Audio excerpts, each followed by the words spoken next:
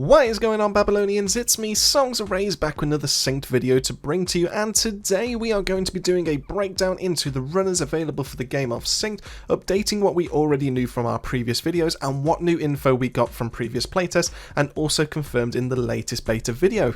We've seen some slight changes to the original cast, and now we've got some new runners to be able to fill in the gaps, and even some geared towards the lesser seen PvE mode, which is also confirmed to be live in the next test. But anyways, enough of me discussing what's going to be in the video, let's actually dive right into it. So if you've seen our previous video, you'll have known of 4 runners so far and what their nanos offered and what perks or special abilities they brought to the table. The team have taken the data from the runner weekend and looked at what worked and what didn't work so well to be able to rejig the balance, as a lot of players tended to stick to one specific runner to be able to stay competitive. They've also managed to work 3 new runners into the pool, which are Park, Van Arman and Layla, and showing they are willing to add more as the game goes on, potentially even doing so after the game drops. Now, the 4 runners that we already knew of went under the names of Brother Abel, Glory, Dr. Stone and Carolina, but it seems a couple have had name changes to match their changes to their kits. What's important to note is that before, all runners had their signature nano, one that always defaulted from when you went into the field and had to rely on picking up other nano chips to use any nano outside of your default. But now though, and a much preferred system I must say, you can choose your character and your nano independently of each other. So if you wanted to play the Doctor with a Crusher nano, melee nano, now you can, and not have to rely on that RNG in the field. It helps with the flow of the game, it gives so much power and freedom to the player, so you don't just insta-lock a runner with perks you don't intend to use for access to your favourite nano. So let's have a look at all the runners and even check back on what their old kits used to do, so we can see what's changed. Now first up we get Deadcut, previously known as Brother Abel. Deadcut still specialises in fire and having access to one of only a couple throwable grenades in the game. Previously, Abel's grenade was just going to be a single projectile following an arc to land and detonate, doing a small pool of fire for offensive use or just to block off choke points for a small time as a deterrent. His fire and brimstone made him immune to any incendiary grenade damage from his own or from enemies, and the Dragon's Breath ammo forced you to always run a shotgun in a gun slot to take advantage of your flaming rounds for additional damage over time. It weirdly also allowed you to be able to move faster when on fire, but the previous perk gave you immunity to the grenades, meaning you only ever move faster when you were hit with Dragon's Breath rounds from other players running the same class and with a shotgun. You also had to run the Crusher Nano, which while decent did limit your ability to get in the fight, as both of you would be associated with close range damage. Needless to say, the kit wasn't the best and probably was the weakest class to be able to run in the runner weekend. But now we have a look at Deadcut now, and he has a much better kit, making it easily accessible for almost all playstyles, and is overall a great pick in a team composition. Firstly, his main ability gets a big bump in viability, as now the grenade will still cause fire, but will then split into 2 additional grenades on hitting a surface, allowing for a much bigger area of fire and denial, and it's perfect for making a push or stopping a revive. It works amazingly through windows to be able to push players out of rooms, or for cutting off players from following you if you are injured. I found it to be my personal favourite ability in the whole of the runner weekend playtest, and while it isn't always the best in every situation, it's definitely worthy of its ability status. One caveat though to this, in which the team has already confirmed working on this after the last beta, is most of the clips I have from this did show that the grenade didn't follow the art guide and meant I set myself on fire more times than I would have liked to. I imagine this will be fixed before the next beta access, but it is still something to be annoying to be able to deal with, and something that players should be made aware of. Next we get some welcome changes to Dragon's Breath, making it insanely viable and is probably Deadcut's best perk. In every single weapon magazine, the first and last shots allow you to be able to apply Fire Affliction as a status to enemies, meaning they tick for damage until it runs out of time or the player does a combat roll to be able to remove it. This damage paired with you shooting really helps you to be able to melt enemies, but applies to on all guns, meaning snipers get additional tick damage, ARs have a nice little bonus to them, SMGs will appreciate this but usually don't need, but the real magic shines on this with the double barrel shotgun, making all of your shots incendiary, making sure you keep up the additional damage 100% of the time. I found this to be my favourite combo and would regularly try to initiate fights with the shotgun to force the enemies to back off and heal, or to roll, which I can then take advantage of as they've gone out of the firefight. The last perk has been amended and renamed, changing to a perk called Hot Wheel, meaning when you're under any kind of fire you gain increased movement speed and reduced damage to fire, almost a combination of the two perks in the old playtest. This means you can throw your grenade on the floor for yourself to gain a speed boost and take less damage to it, allowing you to escape easier or to close the gap, providing some nice utility and choices in its usage. This also works if another Deadcut tries the same with you, meaning you are much harder to push out of a space, and even helps you speed-wise for counterplay.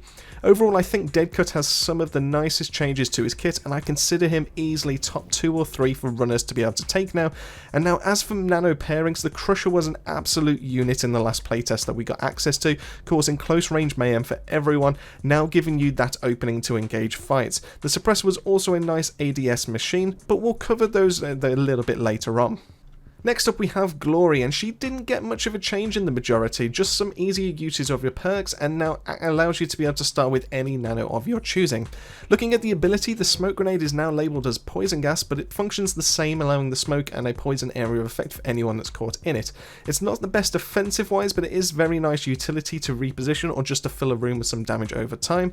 Her first perk of In My Sights didn't have any amendments, meaning she can still highlight players through her sniper scopes, allowing her to use her ability for cover and to still shoot through accurately. Lastly, her perk of The Tracker means she doesn't have to stay as a pure sniper, as she gains increased weak point damage to nanos, but now she can tag runners hit by any of her arsenal rather than just snipers. I'm not 100% sure how I feel about this, as at least with snipers the rate of fire was controlled, but now Glory can use an AR and spray a whole team to track them all with her team, making healing and hiding nigh on near impossible. I can't say I found it to be that much of a problem in the small playtest that we did like a month or so back, but I would need some time to be able to get grips with it all, but I can see this being ripe for abuse. Outside of that was all Glory got done. In terms of nanos to recommend for a playstyle, I can see arguments for both Seer and Suppressor for what they offer, both when deployed and when they're synced to your arm. Our third runner was Dr. Stone, the one certified medic out of all of the runners, able to patch up injuries in no time at all. Funnily, the Doctor got a huge buff in his ability, but did lose out a bit on their perks, so let's start with the Healing Aura ability and what it used to be. Previously, Doc was able to activate his ability and provide area of effect healing to the team and to himself if they stood close by, making the need for medkits less and allows your teammates to be in the fight longer to put off advances. Now though, the ability is on steroids, as not only does it heal yourself and teammates, but it also auto-revives your teammates in an area should they get knocked. This thing is like having pre-nerf Mercy from Overwatch, meaning just a Doc by themselves in cover can bring back the whole team and turn a 3v1 against you into something more in your favour. It's a powerful bit effect and definitely fitting of the medic class with less offensive capabilities in their perks and ability, but the main caveat to this is the area of effect is visible to all players, meaning other teams know when you're popping this off and is like a massive shoot me sign, so just keep that in mind when you do activate it. As for perks, Combat Medic is still the same as it was, allowing faster actions of reviving and healing from medkits, but he's ditched the drone for revives and instead is now able to recover more health from healing, so instead of a 50% from a medkit, you'll gain more than other players for each use. Overall, I think it's a fair trade-off, losing the drone to pick up your teammates if you have an ability that can do that for you. Be sure to look out for the dome when you're up against a Doc so you know what enemies you have to deal with. For nanos that pair nicely, almost every nano has a nice pairing with Doc. Crusher is great for distractions to pull off nanos, Suppressor for a more combat medic focused role, Guardian for a dome shield to be able to get the revives off under fire, and Seer for intel and to be more support oriented. You pretty much cannot go wrong with any nano and Doc. Fourth up, we have what was Carolina Arana, which is now Carolina Ragna, or Ragna for short. Carolina was in an odd spot in the runner weekend, having some nice bits to her kit allowing aggressive play, but a perk that always held her back and was never really utilised.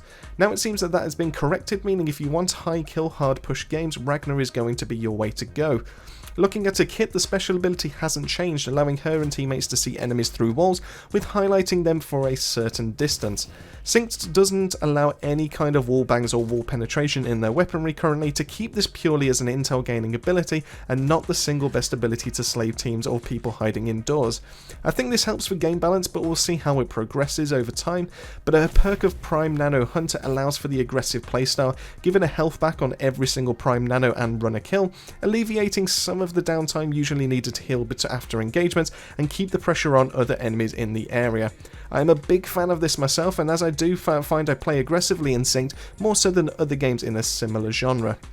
Lastly, we get to see combat roll scrapped, and in place we get a much better perk of sharp hearing, allowing Carolina to sense other runners in close range and almost providing utility similar to that of Seer but in a much smaller area. I did find this useful in one or two situations where I played as Ragna, which is more than I can say for the previous combat role. I do find Ragna to be in a nice balance right now, and definitely recommend her to play if you like rushing and aggressive play. Nano-wise, Ragna is all about mobility, so Crusher would definitely be a great choice with either Suppressor or Guardian on your arm for their special abilities for assisting in firefights. The reason why Seer isn't being recommended in this section is because we already have a perk that basically acts as a mini Seer, so there's no point in activating it having a second one that does something so much better than when you already have an ability that covers it. Now we get into the juicy bit and we get into the new runners, some of which I wouldn't necessarily recommend for PvP modes, but would have great versatility when it comes to PvE, which is going to be part of the new beta test that we will be seeing on the 10th of December, which we all know is coming also with the launch of SYNCED. First of the new characters, we have the LMG fire support character known as Park, and looking at Park's kit, it's not hard to imagine he's primarily focused around PvE content and using large magazine guns. Having refills and recoil dampening the longer you hold down the trigger are amazing things to use in PvE and focusing down large targets. Unfortunately, due to how players move erratically when in PvP to make it too hard to hit them, and no mag refills occur unless hitting weak points or killing with this ability, you'll mostly get more use out of this in PvE for this character. But let's dive into it more and detail it. So Park comes with the bouncing ball ability, which is throwing a bomb when it bounces auto-tracks to multiple targets within range to be able to cause damage. I can see this causing havoc and panic in PvP, but I believe most of it will be used on the hordes in the PvE mode or fighting the AI in the PvP modes. Either way, it sounds great on paper, but I didn't get any footage of it in action, but once I have more on this, I'll happily cover him once again. As for perks, we get ammo from kill, giving us the mag refill ability to be able to on ability kills or weak point kills against nanos. For sustained fire, this sounds great and means less downtime reloading high mag guns just like the LMGs, or could mean that you keep the pressure on with high mag SMGs like the P90 or the Bizon. Lastly, we get Steady Hand, which gradually reduces recoil for Park on firing LMGs, providing a bigger bonus the longer the trigger is held. This should also allow your LMGs to become almost laser beam-esque when combined with the refill perk, allowing you to mow through enemies consistently. I think he will be a high contender for best character in PvE when it releases, but for now, until we get to test that theory, we won't know for certain. Our penultimate runner, which is Arman, is all about hitting for status and especially slow. Using their ability Decelerator, this creates a force field slowing down enemies and their actions when caught in the bubble. Once again, on paper, I feel this would be a great PvE tool, allowing you to escape from a big pack of nanos and giving some breathing space, but it will be interesting to see how strong this is on other runners and what actions we can slow down. I would assume things like healing and reviving would be up there, but can we slow down movement and running, or even ADS speeds?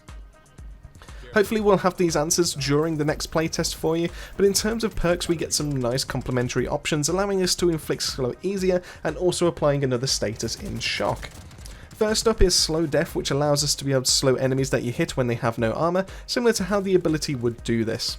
If this would slow down movement, I can see this being a really nice pick for PvP, making sure your victims never escape you to be able to heal up, especially if they're caught out in the open. This would also tie in with other previous videos talking about the Tokyo Game Show having nanos with armor bars, so it's all but confirmed that this would help slow down packs of nanos. Lastly, we have Anthroparian Shock, allowing us to deal shock affliction when we hit enemies caught in our slow field ability.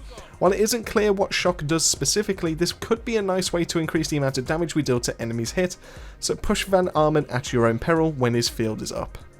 Lastly, we get a brief look at Layla, which is better described as an assassin playstyle character. Her ability is optical cloaking, allowing yourself to turn invisible for a short time, which allows you to be able to dip in and out of fights at your choosing, to get safety for healing, or to get yourself into a position ready to strike the enemies while they are unaware. While it does sound pretty powerful, I'm a bit dubious with Seer being able to scan and reveal, and Ragna able to detect players nearby, how useful this will end up being. Either way, it does offer a new way to play, so it's more than welcome. As for perks, we get some movement and healing coming our way, with Leeching Sword allowing the player to heal from any and all melee kills, meaning medkits aren't needed for this character and can happily be ignored and passed to teammates for their use. Lastly, we have up and close, which means any near miss or after taking any kind of damage, you get a boost to your movement speed to try and dodge the rest and reposition. While this doesn't do anything kind of flashy, I can see this being a dependable kit and may even be gravitated towards a fair few of those of the player base. Now when it comes to the nanos themselves, they were largely untouched property wise, meaning they still function the same. Attack here, patrol there, return to your arm to give the player abilities. The only notable changes were the Crushers seemed to have a bit more HP, so made them more of a close range menace and a threat. Seer got a noticeable nerf from before for their scans, which was definitely welcome. It's still strong but nowhere near as oppressive as before and made them an instant lock. The most notable of changes was not getting a threat detection when on your arm for where runners were, just a notification you were near. I much prefer this, and while I did feel lost after experiencing the previous iteration of Seer, I know it's better for balance purposes and just playing around with it. But my personal favourite was the Suppressor, giving some nice bonuses to your runner while shooting, allowing faster ADS and reduced spread when shooting and moving. This, when paired with my aggressive nature, was extremely welcome and allowing me to be able to experience the success I had for the last playtest.